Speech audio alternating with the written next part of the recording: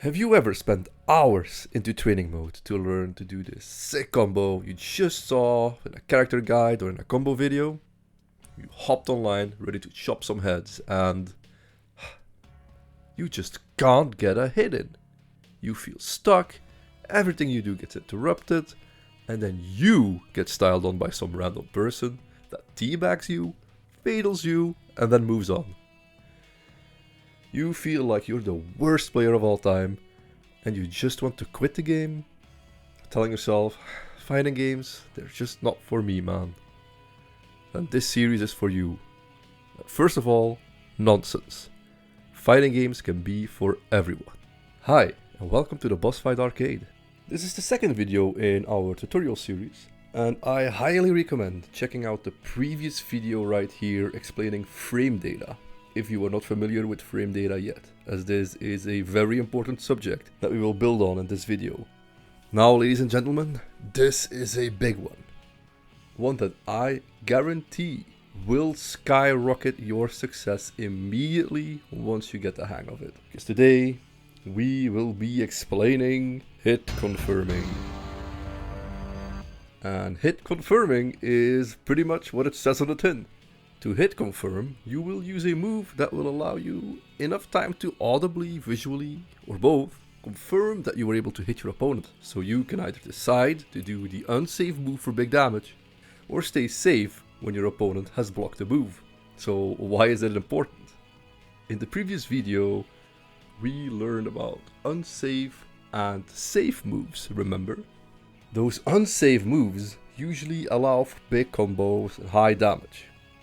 But if you do them randomly, and your opponent blocks them, you put yourself in a world of hurt. And at the same time, if you keep doing the safe stuff, you aren't really doing much damage, allowing your opponent way more opportunities to hit you. And hit confirming is a solution, or at least one of the solutions. So how do you allow yourself to visually and or audibly confirm if a move hit or not? Melina here was so graciously willing to show us right here. So listen and watch closely. When we hit an opponent and they block, we can see that they stay in their blocking animation for one. And if you listen, you can hear a muted hitting sound. On the other hand, when we hit the opponent, we can see them reel back from the hit, hear them scream in pain, and you hear like a very juicy hit sound.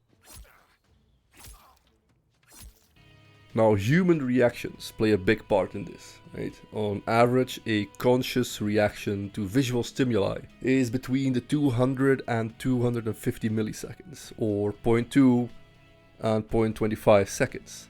When we translate this to a 60 frames per second game, that's between 12 and 15 frames on average. Reactions to audio stimuli are slightly faster, where it's 0.17 seconds, so on average it's about 10 frames. But what this means is that we humans, for example, cannot react to a fast move like this and confirm if it hits or not, and then decide how to continue. So we'll do a ball roll here and oh no, she was blocking, and now I die.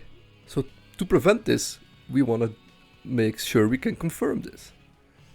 And to do that, we will have to look through our character's move list. And we look for a string of moves that end safely, remember, meaning -7 or higher on block, or a move that hits multiple times and is safe on block. The save on block is very important, as otherwise, regardless of what we would do, our opponent would punish us for it, making hit confirming a bit useless. Now, before we continue and talk about some examples of such moves, I think it's a good time that we first talk about this bonus lesson. Multiple fighting games have a somewhat agreed upon notation when they talk about move inputs or how to do combos for their specific games. And this is no different for NetherRealm Studios games. This is a way to be able to talk about and share combos and moves, and in the meantime transcend platforms, controllers and the likes, making it easier to communicate with anyone. So from this point onwards, I will start using the NetherRealm community's notations when talking about moves and combos. And it goes as follows.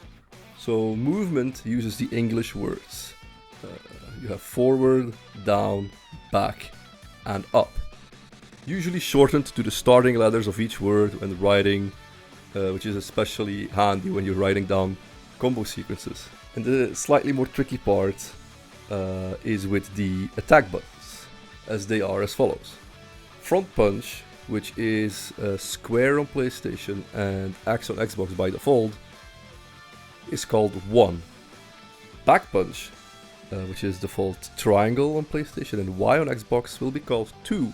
And then for the kicks, it's the front kick, which is default X on PlayStation and A on Xbox, will become 3. And finally, the back kick, which is a default circle on PlayStation and B on Xbox, will be called 4. So you have 1, 2, 3, 4 for the attack buttons and up, down, forward, back for movement. And you do well to remember this notation, as this is widely adopted and used almost everywhere. Even if you're just tuning in to an ongoing tournament, if you listen to the commentary, they will be using this notation for more often than not. So as a reminder, and maybe a small warning, from this point onwards, all strings and combos in these videos will be using this notation. With all that out of the way, let's go back to hit confirming.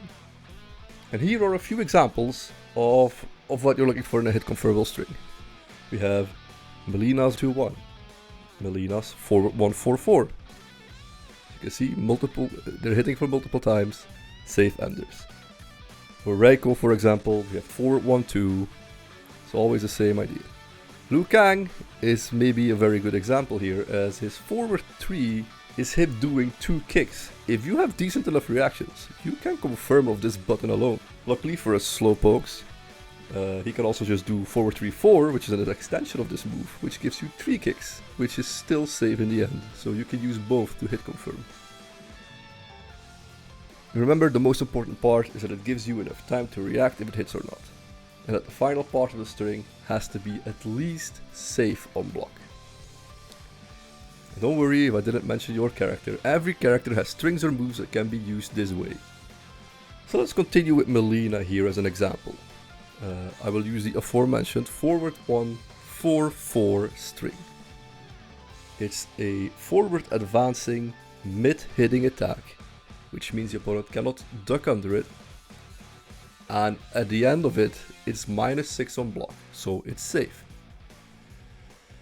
It does 4 hits in total, giving us ample time to confirm whether it'll be hit or blocked. And we can train this in practice mode, which is also a good way if you're playing a character I haven't mentioned and you want to figure out which one is hit confirmable or not. You go into practice mode, set your opponent's blocking to block random combo. So now your opponent will randomly block a whole sequence of moves or not. So let's give it a shot. When we see it hit, we can cancel the second to last kick into her ball roll, which will pop up the opponent to continue a combo. This ball roll is horribly unsafe, so we really do not want to just throw it out randomly. Well, at least not all the time, right? And look, this might look very intimidating at the start. Things will go too fast, and worst of all, you might try to anticipate the hit and then just let the moves fly. Don't get discouraged by this, right? Stop anticipating when it will block or not, and focus on recognizing the hit, whether it's visually or by sound or both. And then do a ball roll or any other special move first without doing anything after, right? You do combo, if it hits, you do your special move that launches, if not, you don't do anything.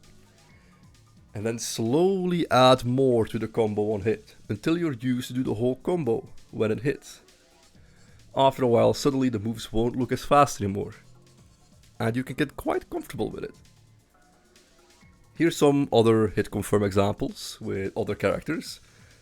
As you will see, once you get the hang of it with one character, it'll become much easier if you try other characters.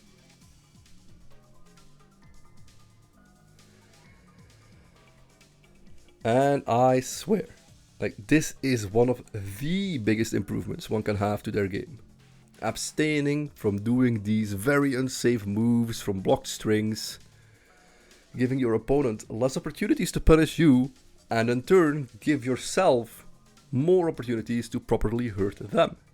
And don't get too upset when you've been labbing this, you go online, and you start to fail those hit confirms.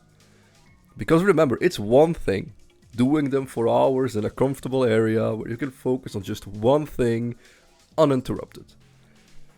But in an online match, you're getting pushed by your opponent, you're dealing with way more things. Just keep focusing on doing it when you see the chance, and it will start to become second nature in no time. With the wise words of the great Edmund Honda. Nobody ever got strong without losing. Don't lose hope. And with that sage advice of one of the fighting game OGs, that's going to be it from me for this video. Make sure to drop me some feedback in the comments. I will take it to heart and use it for the next tutorial. Thank you so much for watching. Making these tutorial videos is a very fulfilling endeavor, so I hope you learned something today. See you next time, and fight on!